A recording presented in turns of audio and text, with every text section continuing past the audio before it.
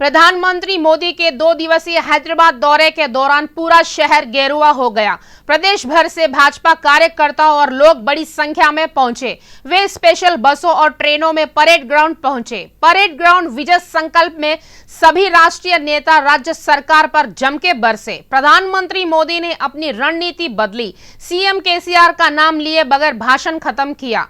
प्रधानमंत्री मोदी ने कहा है कि जिन राज्यों में बीजेपी की डबल इंजन वाली सरकार है वह विकास बहुत तेजी से हो रहा है। उन्होंने कहा है कि तेलंगाना की जनता भी डबल इंजन वाली सरकार का इंतजार कर रही है।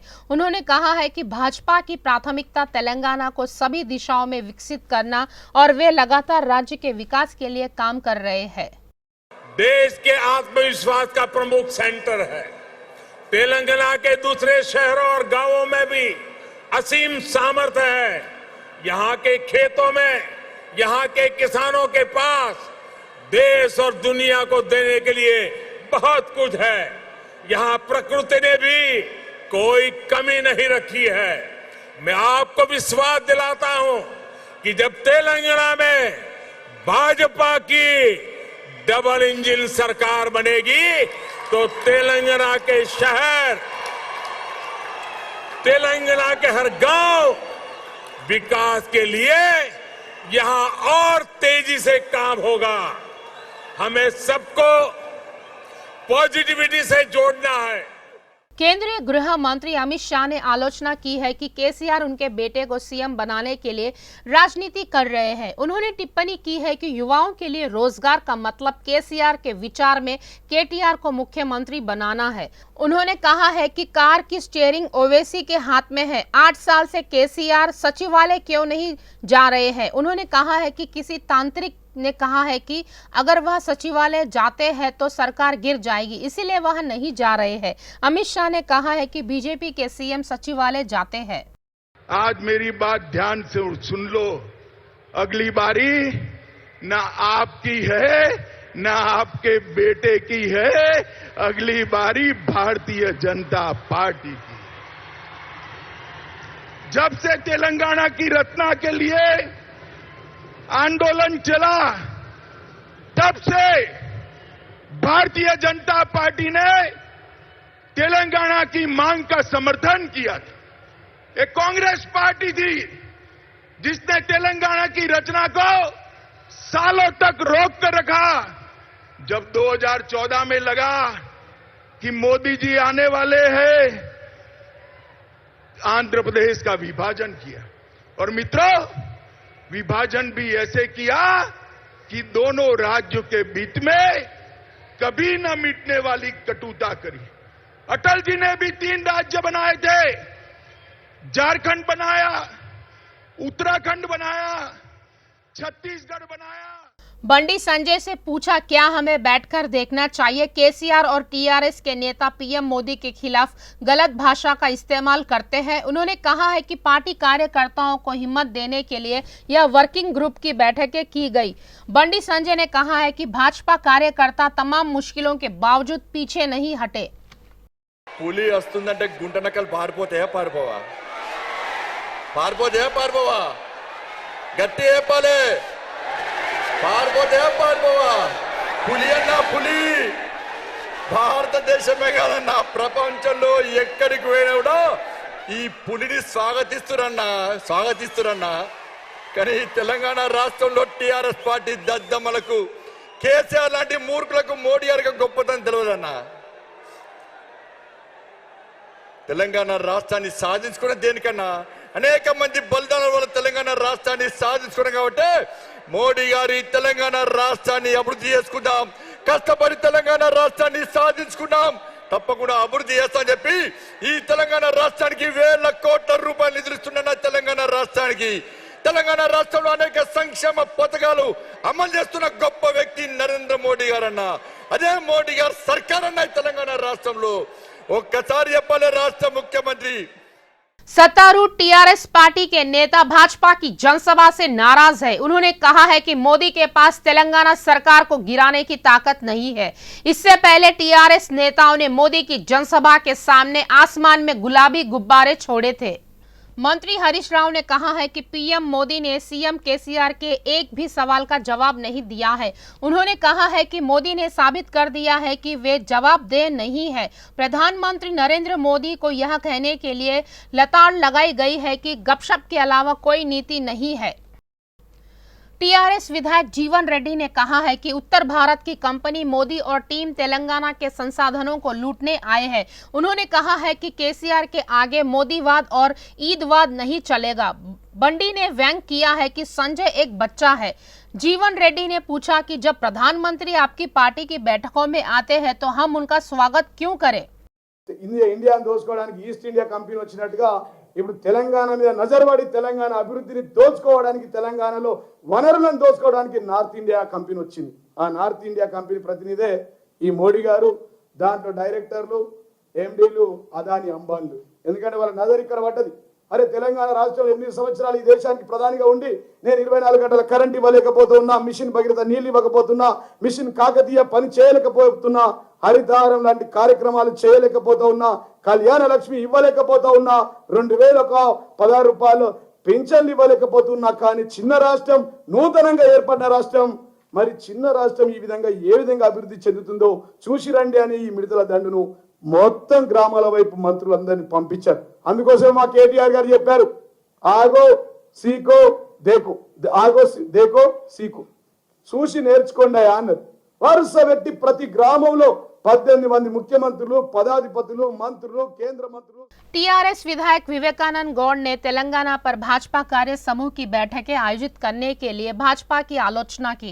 उन्होंने कहा है कि तेलंगाना राक्षसों की तरह घिर गया है। బీజేపీ రాష్ట్ర కార్యవర్గము సమావేశం లేక తెలంగాణ రాష్ట్రం పైన కక్షగట్టి మరి యావత్ నరేంద్ర మోడీ ప్రధానమంత్రికి వెళ్ళి చూసుకుంటే, కేంద్ర మంత్రుల దగ్గర చూసుకుంటే, రాష్ట్ర ఎంపీలు అందరూ కూడా వచ్చి తెలంగాణ రాష్ట్రం పైన మరి రాక్షసులు పడ్డట్టు మరి కనపడుతుంది వాళ్ళ మాటలు చూస్తూ ఉంటే. మరి వారి యొక్క కేంద్ర మంత్రి స్మృతి ఇరానీ గారు మాట్లాడుతూ మరి గౌరవ మా కార్యనిర్వాహక అధ్యక్షులు మరి తెలంగాణ రాష్ట్రం దూసుకుపోతా ఉంది, తెలంగాణ రాష్ట్రం ఈరోజు అనేక రంగాల్లో నంబర్ 1గా ఉంది, ఆవో దేకో సీకో అని ఒక మంచి ట్యాగ్లైన్ ఇస్తాడు. ఈరోజు అనేక సందర్భాల్లో ప్రశంసలు అందుకుంటా ఉంది రాష్ట్ర ప్రభుత్వం అనేక రంగాల్లో.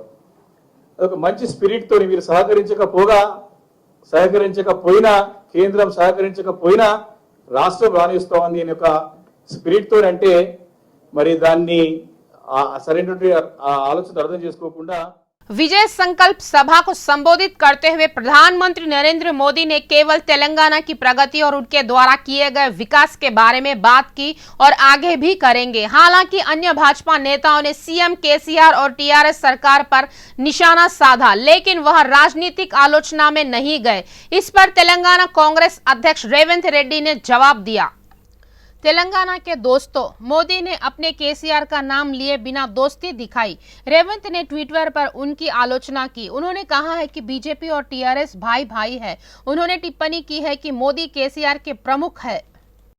हैदराबाद के नामपल्ली में तनाव है। भाजपा प्रदेश कार्यालय के सामने प्रदर्शन करने की कोशिश कर रहे कांग्रेस कार्यकर्ताओं को पुलिस ने रोक लिया। गांधी भवन से निकल रहे कार्यकर्ताओं को पुलिस ने हिरासत में ले लिया है। कांग्रेस कार्यकर्ताओं ने काले गुब्बारे उड़ाए और भाजपा के खिलाफ प्रदर्शन किया। उन्होंने तेलंगाना गठन का अपमान करने वाले मोदी ने माफी की मांग की है।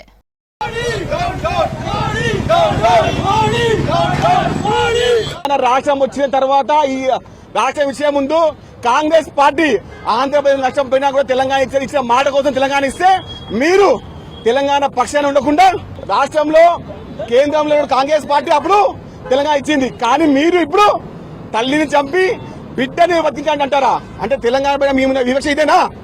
చెప్పండి. బీజేపీ నాయకులు మీకు సిగ్గుంటే తెలంగాణ బీజేపీ నాయకులకు తెలంగాణ రాష్ట్రం రాజ్యాంగబద్ధంగా ఏర్పడింది. దాన్ని మీరు రాజ్యాంగం కింద పరుస్తున్నారు. అంబేద్కర్ ఆశయాల మేరకు రాజ్యాంగంలో ఏర్పడితే మీరు మోడీ క్షమాపణ చెప్పకుండా తెలంగాణ రాష్ట్రంలో అడగొట్టిండు. తెలంగాణ వాదులారా, దీన్ని మీరు చూడండి. మీరు ఏం చేస్తున్నారు? బీజేపీ నాయకులు కేవలం వారి యొక్క రాజకీయ అంశం తప్ప ప్రజల క్షేమం सिकंदराबाद परेड ग्राउंड में भाजपा विजय संकल्प सभा सफलतापूर्वक संपन्न हुई। प्रधानमंत्री मोदी ने राष्ट्र को संबोधित किया और बैठक के बाद सीधे राजभवन गए। राज्यपाल तमिली साई सुंदरराजन ने मोदी का स्वागत किया। उन्हें गुलदस्ता भेंट कर गर्मजोशी से आमंत्रित किया गया था। मोदी राजभवन में रुके थे। वह आज सुबह आंध्र प्रदेश के पश्चिम गोदावरी जिले के भीमावरम जाएंगे। अल्लूरी 125वीं जयंती समारोह में हिस्सा लेंगे। इसी क्रम में अल्लूरी के भाई वंशज मोदी से मिलेंगे। विजयनगरम के अल्लूरी के भाई सत्यनारायण राज के पोते श्री रामराज ने कहा है कि उनके सभी रिश्तेदार जो कई जगहों पर बस गए हैं कल भीमावरम आएंगे।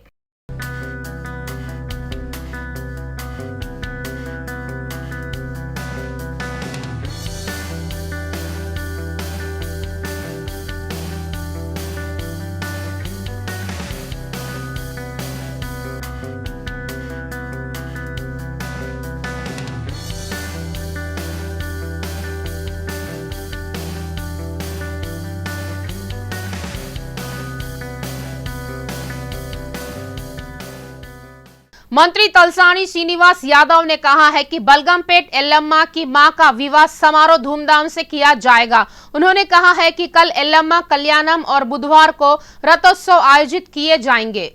मंत्री ने विभिन्न विभागों के अधिकारियों के साथ व्यवस्थाओं की समीक्षा की। इस अवसर पर उन्होंने कहा है कि सीएम केसीआर के निर्देश अनुसार माता के विवाह के लिए भव्य आयोजन की व्यवस्था की गई है। मंत्री ने कहा है कि ऐसी व्यवस्था की गई है कि लोग लाइव टेलीकास्ट के माध्यम से देवी के विवाह महोत्सव को देख सके। उसके बाद सिकंदराबाद में देवी श्री उज्जैनी महाकाली की विशेष पूजा की गई और घटालू जुलूस शुरू हुआ। बाद में मंदिर के आगे व पीछे बने VDCC रोड का निरीक्षण किया गया। इस अवसर पर इस माह की 17 तारीख को होने वाले महंकाली अम्मावारी बोनालू उत्सव में लाखों श्रद्धालु आएंगे।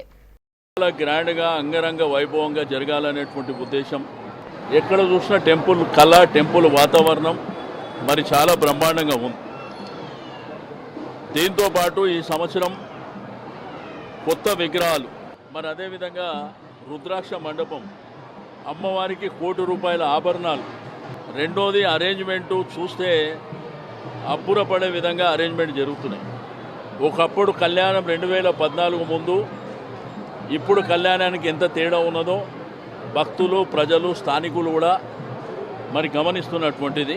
కళ్యాణం టికెట్ తీసుకున్న వాళ్ళు కావచ్చు భక్తులు కావచ్చు లక్షలాదిగా తరలి వస్తున్నారు కాబట్టి వచ్చే వారి కోసం ఎటువంటి ఆటంకాలు లేకుండా పోలీస్ డిపార్ట్మెంట్ ఆధ్వర్యంలో పకడ్బందీగా బందోబస్తు ఏర్పాటు చేశాం।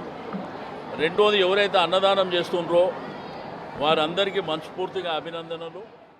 गोलकुंडा तेलंगाना राज्य के प्रसिद्ध त्योहार आषाढ़ बोनस के साथ गूंज रहा है। तेलंगाना के लोगों का यह रिवाज है कि वे सबसे पहले देवी माता जगदम्बा के लिए बोना उत्सव मनाते हैं, जिनका जन्म गोलकुंडा में हुआ था। युवा वर्ग के समिति सदस्यों कोववूरू भास्कर राव और दीकोंडा नरसिम्हा राव ने अनुरोध किया है कि पिछले 2 सालों में दुनिया में लोगों को कई तरह की समस्याओं का सामना करना पड़ रहा है। यदि हम भविष्य में ऐसी विनाशकारी स्थितियों से बचना चाहते हैं तो माता का आशीर्वाद हम सभी पर होना चाहिए। ప్రతిష్టాత్మకమైన ఈ బోనాలు ఆషాఢ మాసంలో మొన్న గురువారం నాడు మొదటి పూజ జరిగింది।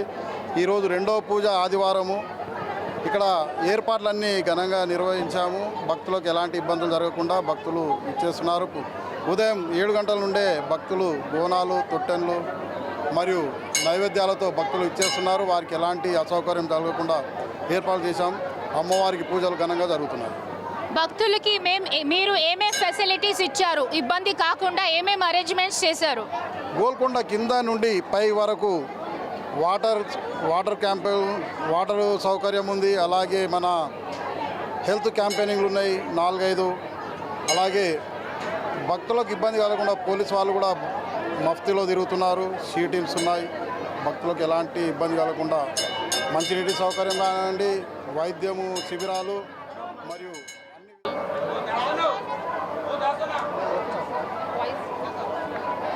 చాలా ఘనంగా అవుతుంది। పబ్లిక్ కూడా చాలా వస్తారు, ఎందుకంటే 2 సంవత్సరాల నుంచి చేసుకోలేరు కదా।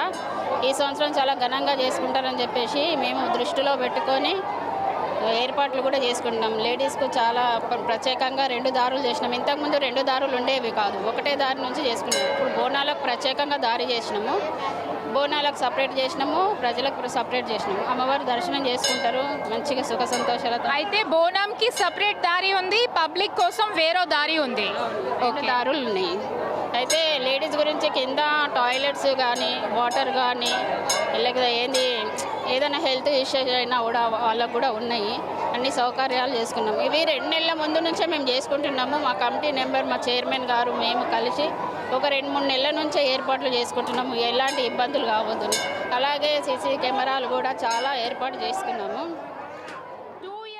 पूर्व सांसद कोंडा विश्वेश्वर रेड्डी बीजेपी में शामिल हो गए हैं। वह हैदराबाद के परेड ग्राउंड में आयोजित विजय संकल्प सभा में भाजपा में शामिल हुए। भाजपा के राष्ट्रीय अध्यक्ष जेपी नड्डा ने उन्हें भगवा दुपट्टा पहनाकर पार्टी में गर्मजोशी से आमंत्रित किया। कोंडा विश्वेश्वर रेड्डी केंद्रीय मंत्रियों अमित शाह, राजनाथ सिंह, भाजपा राज्य मामलों के प्रभारी तरुण चुग और तेलंगाना राज्य भाजपा अध्यक्ष बंडी संजय की उपस्थिति में भाजपा में शामिल हुए। మన అఖిల భారత అధ్యక్షులు నడ్డా గారి సమక్షంలో, అమిత్ షా గారి సమక్షంలో, రాజ్నాథ్ సింగ్ గారి సమక్షంలో కొండా విశ్వేశ్వర రెడ్డి గారిని బీజేపీలో చేర్చుకుంటున్నటువంటి సందర్భం కాబట్టి కండువాతోటి రాష్ట్ర అధ్యక్షులు, అఖిల భారత అధ్యక్షులు విశ్వేశ్వర రెడ్డి గారికి బీజేపీలోకి ఆహ్వానించాల్సిందిగా కోరుకుంటున్నాను। ओयू में थोड़ा तनाव है। छात्रों ने प्रधानमंत्री मोदी के खिलाफ प्रदर्शन किया। प्रदर्शन कर रहे छात्रों को पुलिस ने गिरफ्तार कर लिया है। उन्होंने अग्निपथ योजना को रद्द करने के लिए टीआरएसवी के तत्वावधान में आधा नग्न प्रदर्शन किया है। प्रदर्शन कर रहे छात्रों को पुलिस ने गिरफ्तार कर ओयू पीएस ले जाया गया। అగ్నిపథం ప్రవేశపెట్టడం వల్ల చాలా మంది నిరుద్యోగులు రోడ్ల మీద పడే పరిస్థితి ఇవాళ ఏర్పడ్డది. దేశానికి సైన్యంలో జాయిన్ అయి సేవ చేయాలనుకున్న విద్యార్థులకు, అందరు యువకులకు అందరికీ ఇవాళ నిరాశ మిగిల్చిన ఇవాళ నరేంద్ర మోడీ గారు దాన్ని నిరసిస్తూ సికింద్రాబాద్ రైల్వే స్టేషన్లో, అదేవిధంగా దేశవ్యాప్తంగా వివిధ రాష్ట్రాల్లో కూడా అందరూ ఆందోళన చేపట్టి మా అగ్నిపథం రద్దు చేయాలని చెప్పి ఆందోళన చేపడితే నరేంద్ర మోడీ ప్రభుత్వం ఆర్మీ అభ్యర్థుల పైన కాల్పులు జరిపితే తెలంగాణ బిడ్డ అయిన డి రాకేష్ నర్సంపేటకు సంబంధించిన వరంగల్ జిల్లా ముద్దుబిడ్డ నర్సంపేటకు సంబంధించిన ఒక అభ్యర్థిని విచక్షణ రహితంగా కాల్చడం జరిగింది. కనుకరించిన సీఎం గారు కేసీఆర్ గారు బాధతోని ఆ కుటుంబ సభ్యులకు 20 లక్షల రూపాయలు ఇచ్చి వాళ్ళ ఇంట్లో ఒక ఉద్యోగాన్ని కల్పించడానికి కనుక ఇవాళ టీఆర్ఎస్ పార్టీ ఉద్యోగాలు కల్పించాల్సిన వాళ్ళ కేంద్ర ప్రభుత్వం ఆర్మీలో భర్తీ చేయాలి, దేశ రక్షణకు పాటుపడాలని చెప్పి గత ఎన్నికల్లో నరేంద్ర మోడీ గారికి దేశవ్యాప్తంగా యువకులందరూ ఓట్లేస్తే ఈ ఎన్నికల్లో ఆ నిరుద్యోగుల యువకులందరికీ ఇవాళ చెంప చెల్లుమనే విధంగా, అదేవిధంగా వాళ్ళకు అవకాశాలు కల్పించకుండా ఇవాళ సైన్య రిక్రూట్మెంట్ రద్దు చేయడానికి తీవ్రంగా ఇవాళ నిరసిస్తూ ఉన్నాం. ఇవాళ బీజేపీ ప్రభుత్వాన్ని నరేంద్ర మోడీ గారిని ఇవాళ ఒక్కటే ఇలా మేము హెచ్చరిస్తూ ఉన్నాం.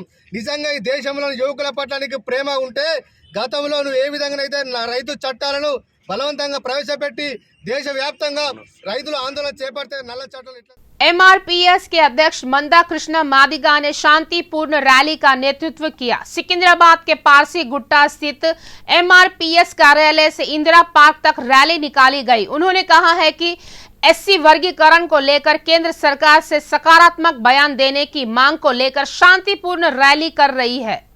मंदकृष्ण मादिगा ने मांग की है कि केंद्रीय मंत्री किशन रेड्डी, राज्यसभा सदस्य लक्ष्मण और प्रदेश अध्यक्ष बंडी संजय एससी वर्गीकरण के मुद्दे पर जिम्मेदारी ले। मंदकृष्ण एससी वर्गीकरण पर भाजपा नेताओं द्वारा अतीत में दिए गए आश्वासनों को याद कराना चाहते हैं। उन्होंने चेतावनी दी है कि वर्गीकरण के मुद्दे पर कोई सकारात्मक घोषणा नहीं होने पर परिणाम के लिए भाजपा के शीर्ष नेता जिम्मेदार होंगे।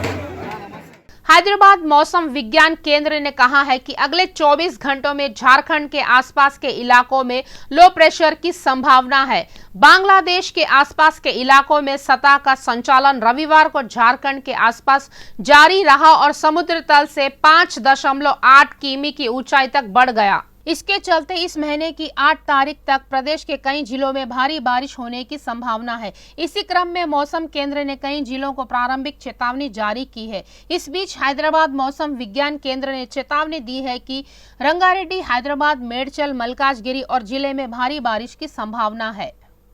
तेलंगाना में पिछले 24 घंटों में 22,384 कोविड टेस्ट किए गए और 457 लोग पॉजिटिव पाए गए हैं। हैदराबाद में सबसे ज्यादा 285 नए मामले सामने आए। संगारेड्डी जिले में 35, मेडचल मलकाजगिरी जिले में 27 और रंगारेड्डी जिले में 25 मामले सामने आए हैं। वहीं 494 लोग कोरोना से ठीक हुए, कोई नई मौत नहीं हुई। तेलंगाना में अब तक 8,02,379 लोग कोरोना की चपेट में आ चुके हैं, जिनमें से 7,93,521 लोग ठीक हो चुके हैं। अन्य 4,747 लोगों का इलाज चल रहा है। राज्य में अब तक 4,111 लोगों की कोरोना से मौत हो चुकी है।